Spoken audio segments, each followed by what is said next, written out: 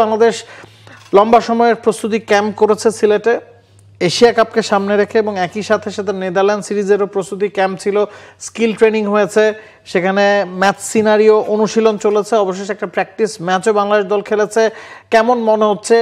অনুশীলনের ঘাটতি তো আর এবার আসলে কোনো কজ হতে পারে না। না, অনুশীলনের ঘাটতি না, এবং ফিটনেস ক্যাম্পও করেছে, যেহেতু ইউএইতে খেলা, ফলে ওয়েদার একটা বড় কনসার্নের জায়গা ছিল। সেই জায়গাটা থেকে প্রত্যেকবারই আমরা দেখেছি যে যখন আরব আমিরাতে এশিয়া কাপ হয় বা বড় কোনো টুর্নামেন্ট হয়, টুর্নামেন্টের মাঝখানে অনেকে ইনজুরিতে পড়ে যান, যে এই ওয়েদার কারণে প্রচুর গরম যেহেতু থাকে, ক্র্যাম্প হয়।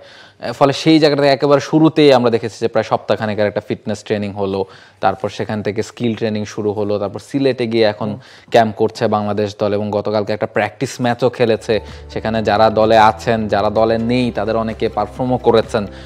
এবং এরপরে তো নেদারল্যান্ড দলও আজকে বাংলাদেশে চলে এসেছে।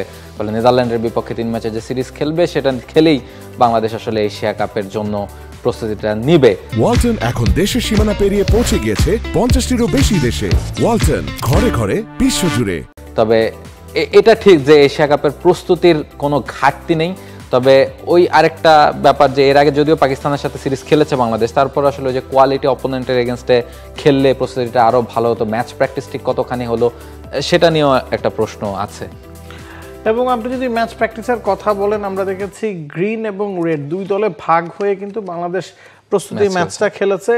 সেখানকার দুই দলের ভাগ বাটোয়ারার দিকে যদি আপনি তাকান, মনে হবে যে গ্রিন দলটা আসলে ব্যাকআপ টিম এবং লাল দলটা বা রেড টিমটাই হচ্ছে জাতীয় দলের ব্যাটিং লাইন আপের টিম। সেখানে গ্রিন দল প্রথমে ব্যাট করেছে, 200-র ওপর রান তারা করেছে। সৌম্য 40-এর ঘরে একটা ইনিংস খেলেছেন, রবিন 40-এর ঘরে একটা ইনিংস খেলেছেন, এবং জাকের আলী অনেক, যিনি সবুজ দলের হয়ে খেলেছেন, তিনি 35 রান করেছেন।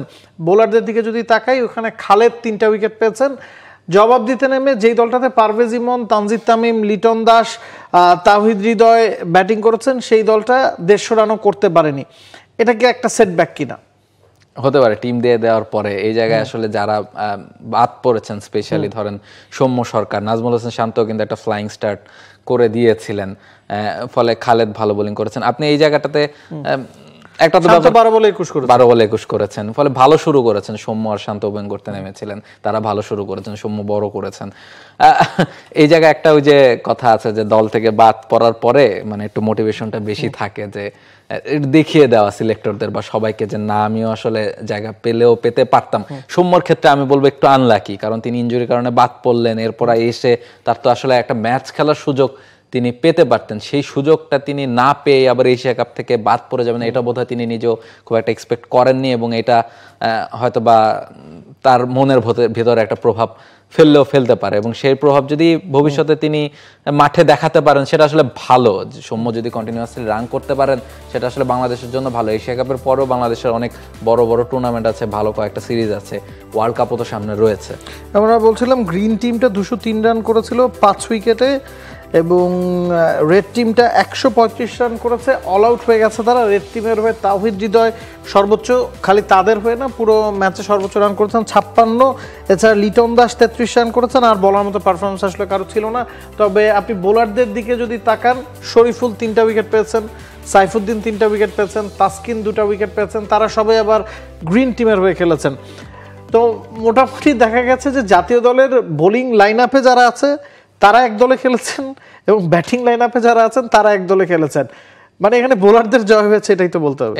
এটাও তো মানে ব্যাপারটা ঠিক, যে ধরেন যে কোন বোলারদের এগেনস্টে ব্যাটিং করতে হয়েছে, যারা জাতীয় দলের প্লেয়ার আছেন তারা তো মানে বেস্ট বোলিং লাইন আপের এগেনস্টে ব্যাটিংটা করেছেন, ফলে সেক্ষেত্রে তো তাদের জন্য রান করা একটু ডিফিকাল্ট। তারপরও আসলে যেহেতু না, ওই দলে আবার তানজিম সাকিব ছিলেন, মুস্তাফিজ ছিলেন, রিশাদ ছিলেন, তো ওই দলকে এই জায়গায় যে বাংলাদেশের ক্ষেত্রে সমস্যা তো এইটাই, যে বাংলাদেশের বোলিং লাইন আপটা আমরা জানি যে বোলিং লাইন আপটা বেশ স্ট্রং, এবং স্পেশালি এই মুহূর্তে পেস বলারও ধরেন 5 জন রয়েছেন, যাদেরকে আপনি দুই দলে খেলাতে পারবেন মিলিয়ে মিশে, স্পিনারও 2-3 জন আছে যারা বাইরে আছেন খালেদ বা নাহিদ রানা তারাও খুব বেশি তারা পিছিয়ে নাই। হ্যাঁ, খালেদকেও আপনি এশিয়া কাপে চাইলেই খেলাতে পারতেন, নাহিদ রানাকে অবশ্যই আপনি এশিয়া কাপে চাইলেই খেলাতে পারতেন, হয়তো বা লাস্ট একটা দুইটা সিরিজ তার খারাপ গেছে বলে তিনি বাদ পড়েছেন। ফলে খালেদ স্পেশালি যে ধরনের বিপিএল থেকে আপনি বলছিলেন যে একবার যে বিপিএল এ তিনি যেই পেসে বোলিং করেছেন, তারপর থেকে টানা তিনি ভালো বোলিং করে যাচ্ছেন সব ফরম্যাটে, গ্লোবাল সুপার লিগে তিনি ভালো বোলিং করেছেন, ফলে তিনিও কিন্তু নির্বাচকদের আন্ডারে রয়েছেন, নজরে রয়েছেন। অবশ্যই প্রস্তুতি শেষ, এবার আসল লড়াইয়ের পালা এবং নেদারল্যান্ডসের বিপক্ষে সিরিজটাও সিলেটে। আমরা সূচিটা যদি দেখে নেই, 30 তারিখ প্রথম খেলা, এরপরে 1 তারিখ দ্বিতীয় ম্যাচ, 1 সেপ্টেম্বর এবং 3 সেপ্টেম্বর তৃতীয় ম্যাচ। সবগুলো ম্যাচই সিলেটে এবং সবগুলো ম্যাচই সন্ধ্যা 6টায় অনুষ্ঠিত হবে এবং সেই অনুযায়ী কিন্তু আসলে অনুশীলন ক্যাম্প বা প্রস্তুতিটা নিয়েছে বাংলাদেশ জাতীয় দল। এবং আমরা জানি যে এশিয়া কাপের যে স্কোয়াড, নেদারল্যান্ডসের বিপক্ষেও সেই একই স্কোয়াড। তবে এই প্রস্তুতি ক্যাম্পে এশিয়া কাপের এবং নেদারল্যান্ড সিরিজের স্কোয়াডে থাকা সাইফ হাসান এবং নুরুল হাসান সোহান ছিলেন না, বিকজ তারা এই দলের হয়ে টপ এন্ড টি20টা খেলছিলেন। তারা ফিরে এই দলটার সাথে যুক্ত হবেন। আর নেদারল্যান্ডসও কিন্তু চলে এসেছে, তো দুদিন বাদেই শনিবার দিন থেকে এই সিরিজটা শুরু হচ্ছে এবং সিরিজটা আপনারা টি স্পোর্টসের পর্দায় দেখতে পাবেন। For more updates, subscribe to our YouTube channel and click on the bell icon. Follow us on Facebook and Instagram. Download T-Sports app to enjoy exciting games and highlights. Visit tsports.com.